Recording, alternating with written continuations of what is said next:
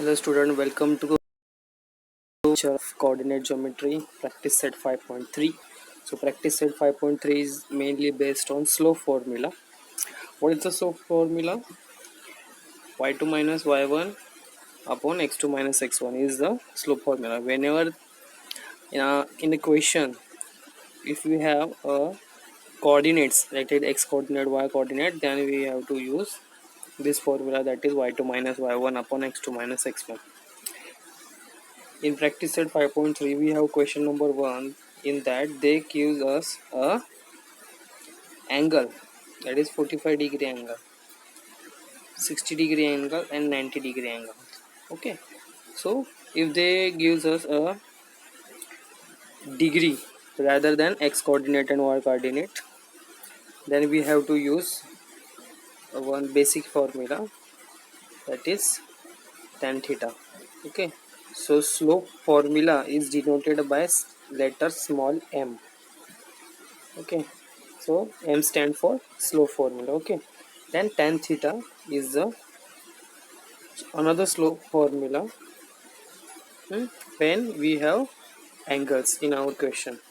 So we know tan theta is 45 degree, so tan 45 become 1. Okay, so we know the value of from trigonometry table, that is tan 45, tan 60 and tan 90. So write down directly from that trigonometry table.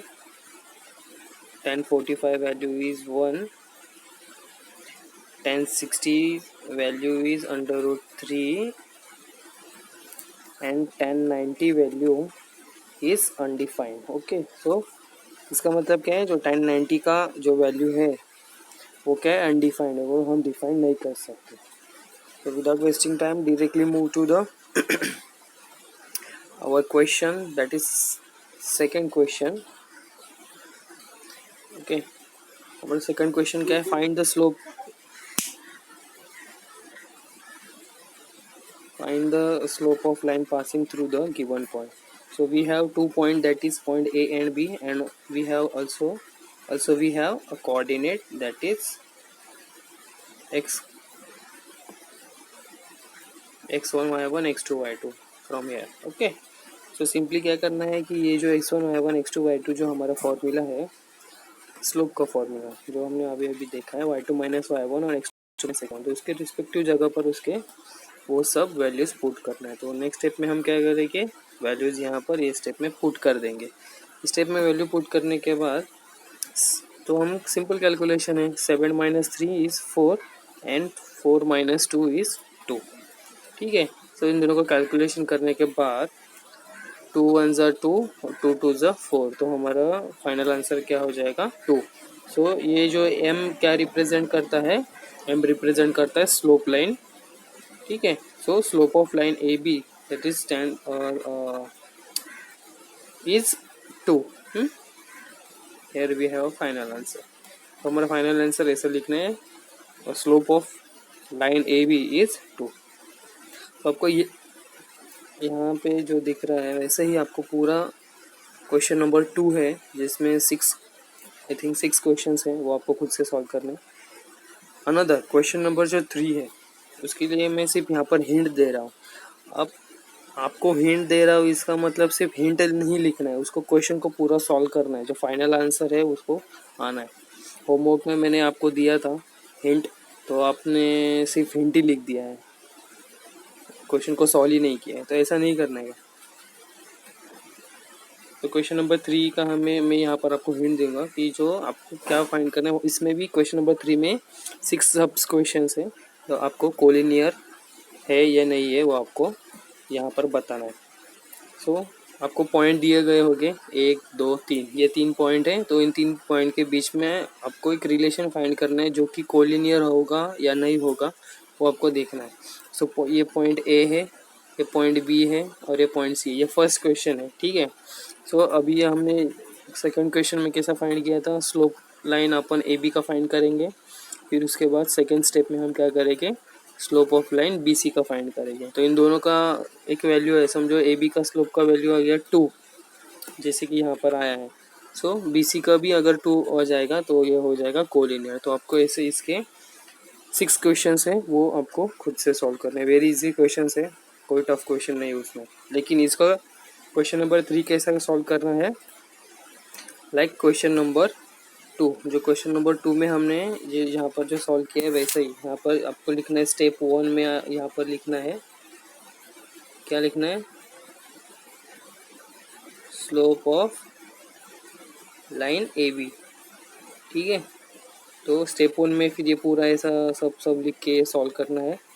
Next step में आप क्या करोगे, यहाँ पर step 2 लिखोगे और यहाँ पे slope of line B C करोगे। ठीक है, और फिर ये एज इट इज़ ये जैसा सॉल्व किया है वैसा क्वेश्चन नंबर 3 इसके फॉर्मेट में आपको सॉल्व करना है।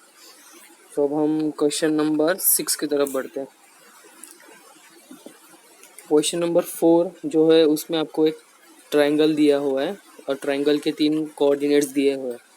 सो ट्रायंगल के कितने साइड्स होते हैं, 3 साइड होते हैं। तो आपको कैसा फाइंड करना है, अभी ए बी सी अगर अपन ने उसको कोऑर्डिनेट के नाम ट्रायंगल के 3 पॉइंट को हम अगर ए बी सी कंसिडर करेंगे तो उसके देखो,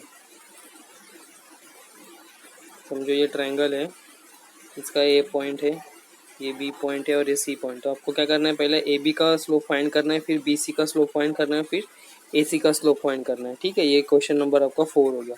क्वेश्चन नंबर 5 जो है वो आपको क्या दिया हुआ है, क्वेश्चन नंबर 5 एक मिनट में है यहाँ पर दिखा था। क्वेश्चन नंबर 5 है ना, आपको पैरेललोग्राम दिया हुआ है। तो पैरेललोग्राम का डायग्राम कैसा होता है आप सबको पता है, ऐसा होता है पैरेललोग्राम का ड्राइंग। ठीक है,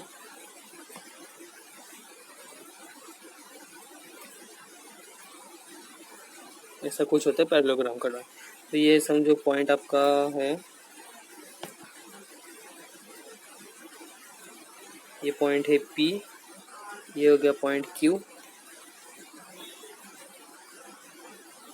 ये पॉइंट R और ये पॉइंट S। तो आपको क्या करना है, फर्स्ट स्टेप में PQ का स्लोप फाइंड करना है, फिर QR का स्लोप फाइंड करना है, फिर RS का स्लोप फाइंड करना है, फिर PS का स्लोप। तो 4 स्टेप में आपको 4 स्लोप फाइंड करने के बाद आपको क्या बताना है, पैरेललोग्राम की प्रॉपर्टी के हिसाब से आपको PQ का जो वैल्यू हो जाएगा और RS का वैल्यू हो जाएगा वो अगर सेम आ रहा है, ठीक है, ये वैल्यू और ये वैल्यू सेम आ रही है, और सेकेंड ऑल्सो PS और QR का ये जो वैल्यू है वो अगर सेम आ रहा है तो वो पैरेललोग्राम है, ये आपको वहाँ पर प्रूफ करना है। ठीक है, तो हम क्वेश्चन नंबर 6 की तरफ बढ़ते हैं। तो क्वेश्चन नंबर 6 में आपको क्या बोला, फाइंड द वैल्यू ऑफ के। तो के कहाँ पर है, हमें 2 पॉइंट दिए गए हैं R और S। ठीक है, तो S में यहाँ पर एक के वैल्यू है जो हमको अननोन है वो फाइंड करना है, जो एक y कोऑर्डिनेट है S का y2 वो अननोन है वो फाइंड करना है। तो हमें यहाँ पर और कौन सी चीज़ दी है, स्लोप ऑफ लाइन इस -2। ठीक है, हमको यहाँ पर डायरेक्टली उन्होंने वैल्यू दे दिया है, स्लोप ऑफ लाइन क्या है वो -2 है। तो कैसे सॉल्व करेंगे, स्लोप ऑफ लाइन हमें गिवन दिया है तो हम स्लोप ऑफ लाइन का फॉर्मूला क्या है, m is equal to y2 minus y1 upon x2 minus x1। तो रिस्पेक्टिव जो भी उसके वैल्यूज़ है वो यहाँ पर हम पुट कर देंगे। तो पुट करने के बाद फिर यहाँ पर हमें क्या करेंगे, सिंपल कैलकुलेशन जो ब्रैकेट का है वो करेंगे। ये माइनस माइनस हो जाएगा, यहाँ पर देखो प्लस, ठीक है, और ये -2 और -1 का जो वैल्यू है इसको कैलकुलेट करने के बाद -3 हो जाएगा। और जो m जो हमारा स्लोप ऑफ लाइन है वो हमें यहाँ पर गिवन दिया हुआ है, देखो यहाँ पर m इज इक्वल टू -2, इसलिए यहाँ पर हमने -2 यहाँ पर पुट किया है। ठीक है, आपको ऐसा नहीं होगा कि m भी अननोन है और k भी अननोन है। अगर ये दोनों अननोन एक ही इसमें हो गए तो वो हम क्वेश्चन नहीं सॉल्व कर सकते।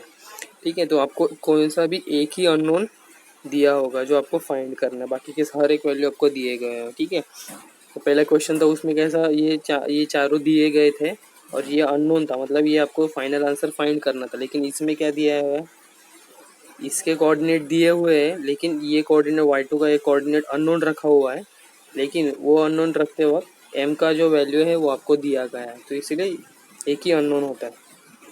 ठीक है, तो यहाँ पर -2 और ये k+1 और -3 यहाँ पर आ जाएगा। तो नेक्स्ट स्टेप में हम क्या करेंगे, -3 को यहाँ पर मल्टीप्लिकेशन में लेके जाएंगे, यहाँ पर देखो, और ये plus k+1 as it is रह जाएगा। तो 2 × 3 इज हो गया 6 हो गया, और ये माइनस और माइनस क्या हो जाएगा, साइन के रूल के हिसाब से प्लस हो जाएगा। ठीक है, तो इसके लिए यहाँ पर पॉजिटिव वैल्यू आ जाएगा। नेक्स्ट स्टेप में क्या होने वाला है, ये जो 1 है इसको हम यहाँ पर शिफ्ट कर लेंगे, वेरिएबल्स अलग करेंगे और जो फिक्स्ड वैल्यू है वो अलग करेंगे। तो 6 में से एक माइनस करने के बाद हमारा फाइनल आंसर आ जाएगा 5। ठीक है, तो के का वैल्यू हमें क्या मिल गया, 5। सेम क्वेश्चन नंबर 7 है, ऐसा ही यही स्टेप फॉलो करना है क्वेश्चन नंबर 6 के जैसा, और वो क्वेश्चन नंबर 7 आपको फॉलो फाइंड करना। क्वेश्चन नंबर 8 जो लास्ट क्वेश्चन है एक्सरसाइज का, उसका मैं आपको हिंट दे देता हूँ।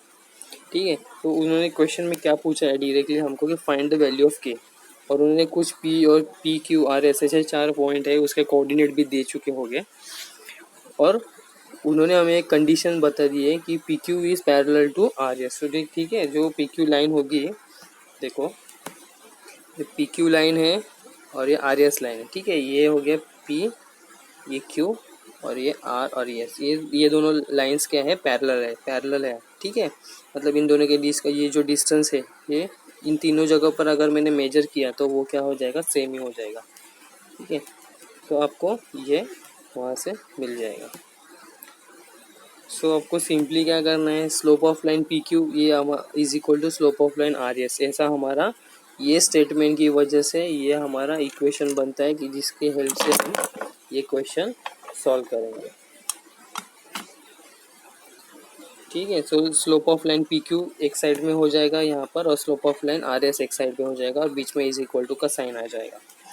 सो पी क्यू का जो भी स्लोप है उसके कोऑर्डिनेट यहाँ पर आपको y2 माइनस y1 जो पूरा फॉर्मूला है वो लिखना है, उसके बाद ही ये वैल्यूज पुट करना है। तो मैंने यहाँ पर थोड़ा सा शॉर्टकट ले लिया, आपको पूरा स्टेप बाय स्टेप फॉलो करना है। वैल्यूज पुट करने के बाद आपको अभी क्या है, दोनों तरफ से देखो अभी क्या है, सिर्फ ये भी वैल्यू फाइंड कर सकते हैं, फाइंड कर सकते हैं, ये फाइंड कर सकते हैं, और जो कुछ भी बचेगा उसको फिर माइनस के साथ के साथ प्लस माइनस करके आप क्या करोगे, फाइनल आंसर फाइंड कर सकते हो।